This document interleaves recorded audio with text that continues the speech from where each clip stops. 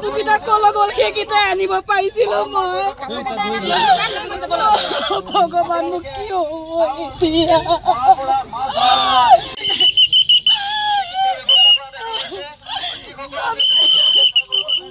চিন্তা নকৰিব আপোনালোকৰ সব ব্যৱস্থা আমি লৈ আছো আপুনি ধৈৰ্য ধৰিব বেদে ধৈৰ্য ধৰক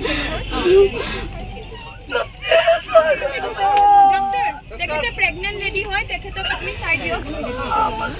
মানে আমাৰ ৰহা ৰেভিনিউ সাৰ্কেলৰ অন্তৰ্গত উইথ আমাৰ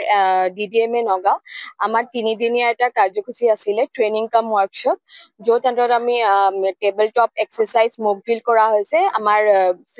ফ্লাডৰ ওপৰত ফ্লাড বা নেচাৰেল ডিজাস্টাৰ যিকোনো ওপৰত আমি কেনে ধৰণে কি ধৰণে কাম কৰিব লাগে সব ডিপাৰ্টমেন্টৰ লগত মিলি হেতুৰ ওপৰত আমি মক ড্ৰিল কৰা হৈছে টেবল টপ এক্সাৰসাইজ কৰা হৈছে আৰু ট্ৰেইনিংও দিয়া হৈছে সব ডিপাৰ্টমেন্টৰ মানুহখিনি আজি আমাৰ ইয়াতে ৰহা ঘাটতে আমাৰ মক ড্ৰিল আছিলে য'ত আমি দেখালো যে কেনেকে আমি ৰেস্কিউ কৰিব লাগে মানুহখিনিক ফ্লাডত যদি তেখেতেলোকে মানে কতবা ইয়ে হৈছে আৰু তাৰপিছত তেখেতে উদ্ধাৰ কৰি আনি কেনেকে আমি মেডিকেল সাপোৰ্ট আৰু আমি ৰিলিফ কেম্পত যি যাবতীয় আমাৰ ডিপাৰ্টমেন্টৰ কামখিনি থাকে বা আমাৰ সাৰ্কেলৰ কামখিনি থাকে এইখিনি দি আমি কেনেকে ৰাজ্যক সহায় কৰো এইখিনিৰ ওপৰত আমি এটা এক্সাৰসাইজ কৰি আছো যেতে নেক্সট যেতিয়া আমাৰ বানপানী আহিব তেতিয়া সবে নিজৰ নিজৰ যি কৰিবলগীয়া আছে সব গম পাব আৰু আমি যেতে বানপানী আহিলে এনেকে কোনো ডিজাস্টাৰ আহিলে আমি ভালকে আমাৰ কামখিনি কৰিব পাৰো আৰু মানুহৰ যেতে কোনো ক্ষতি নহয় আমাৰ এটো ৰহাৰ অঞ্চলত আজি আমাৰ যোগান্তকাৰী এটা পদক্ষেপ লৈছে আমাৰ ডিজাস্টাৰ মেনেজমেন্ট অথৰিটি ফালৰ পৰা আৰু ইয়াতে আমাৰ এসডিএফ আৰু অন্য বিভাগীয় বিষয়াসকল আছে কৰ্মকৰ্তাসকল আছে 3 দিনীয়া কাৰ্যসূচীৰে এই মক ড্ৰিল মেনেজমেন্ট এক্সাৰসাইজটো আমাৰ 3 তাৰিখৰ পৰা আমাৰ ৰহাত আৰম্ভ হৈছিলে ইয়াৰ মেইন উদ্দেশ্যটো হৈছে ডিজাস্টাৰ দুৰ্যোগৰ সময়ত কি ব্যৱস্থা ল'ব লাগে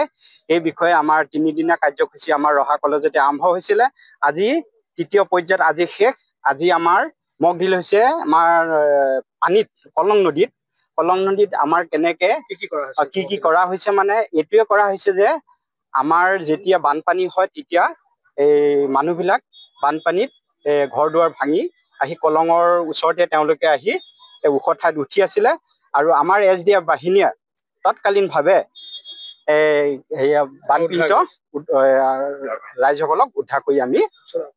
লৈ আহিছো আৰু আমাৰ লগতে মেডিকেল টিমো আমাৰ লগত সহযোগ কৰিছে আৰু আমাৰ ৰেস্কিউৱে আমাৰ পানীত কিছুমান মানুহও পৰিছিলে তেওঁলোককো উদ্ধাৰ কৰি সুকলমে মেডিকেল বাহিনী গতাই দিয়ে কাপোৰকেইটা কল গ'ল সেইকেইটা আনিব পাৰিছিলো মই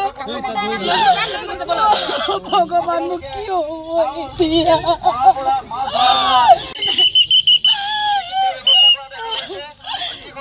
এতিয়া